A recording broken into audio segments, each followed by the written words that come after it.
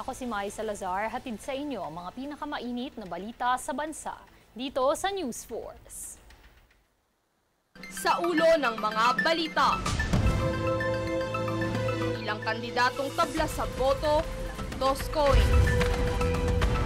Orders of suspension inilabas na ng COMELEC. PICT, sinisiyasat na ang umano'y discrepancy sa resulta ng botohan. Landslide victory ni FPRRD sa pagkaalkalde, pagtutol sa pag-aresto ng ICC ayon kay Kaufman. Nancy Binay, more than willing na makipagdialogo sa Taguig hinggil sa territorial dispute. Celebrities na nanalo at natalo sa eleksyon, kilalanin. Patas at pantay na balita, komprehensibong ulat para sa pulso ng masa. Ito ang News Force.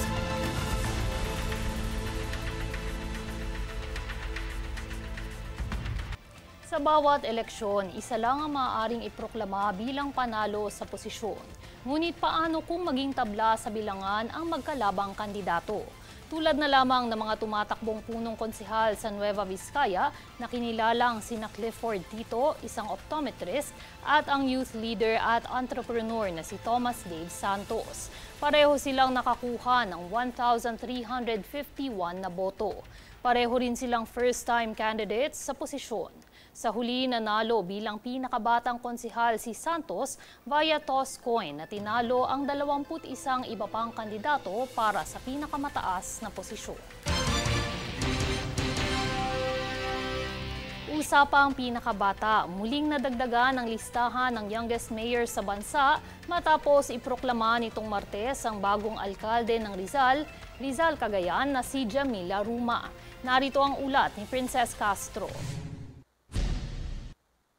Makaraang ideklara ng Board of Canvassers ang nanalong alkalde sa Rizal Cagayan nitong Martes ay muling nadagdagan ang listahan ng mga pinakabatang alkalde sa Pilipinas.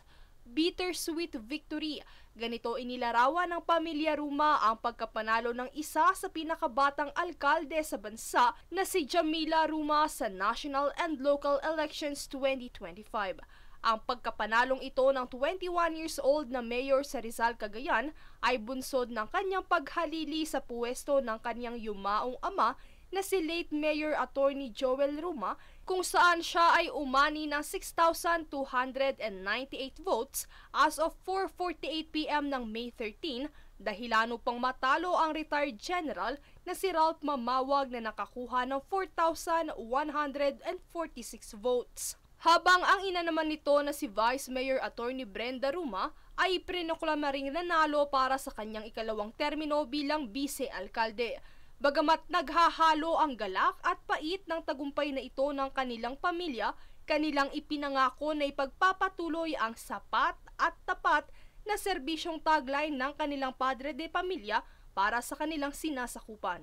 Bukod kay Jamila, una nang naitala ang pangalan ni Jose Jono Humanoy ng Inabanga, Bohol noong 2007 elections.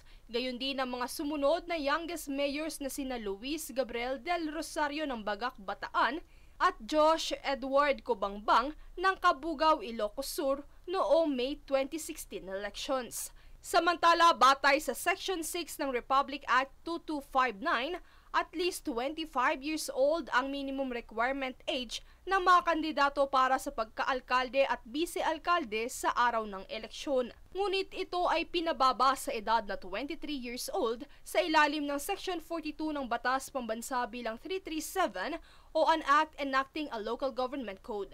Makaraan nito, pinababang muli ang minimum age requirement sa amended law na RA 6644. Napapaloob sa Section 1 ng naturang batas na maaaring tumakbo ang isang elective candidate para sa local position basta't ito ay 21 years old sa araw ng halalan.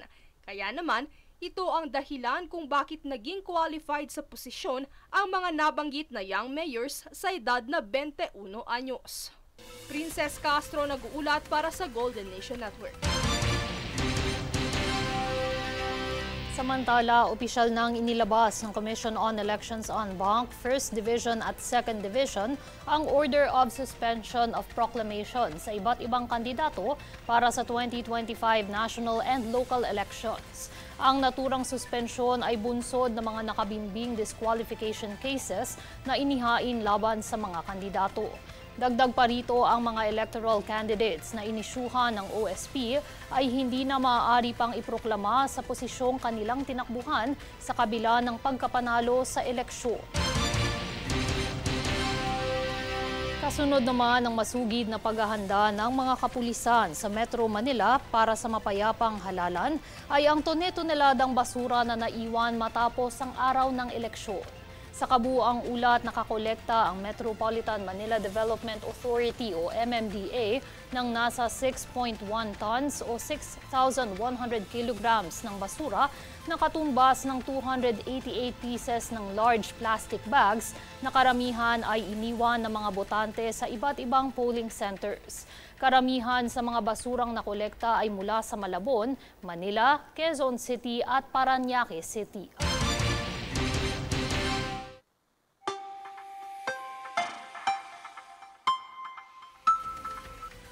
Sa halip na ulan ay yelo o nagka-hailstorm nitong Martes ng hapon sa ilang bahagi ng Metro Manila at ilan pang bahagi ng bansa.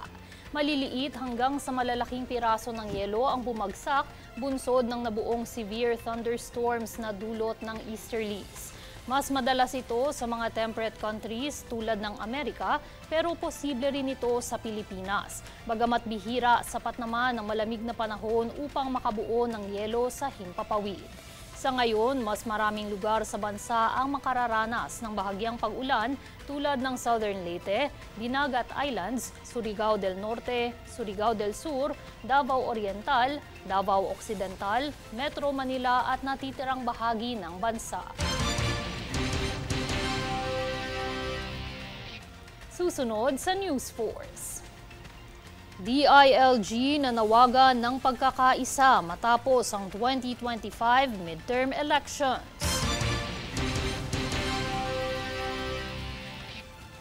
DA pinasinayaan ang rice exhibit ng local products para sa Farmers Month. DICT sinisiyasat ang umano'y discrepancy sa resulta ng botohan. Manatiling nakatutok para sa higit pa mga balita sa pagbabalik ng News Force.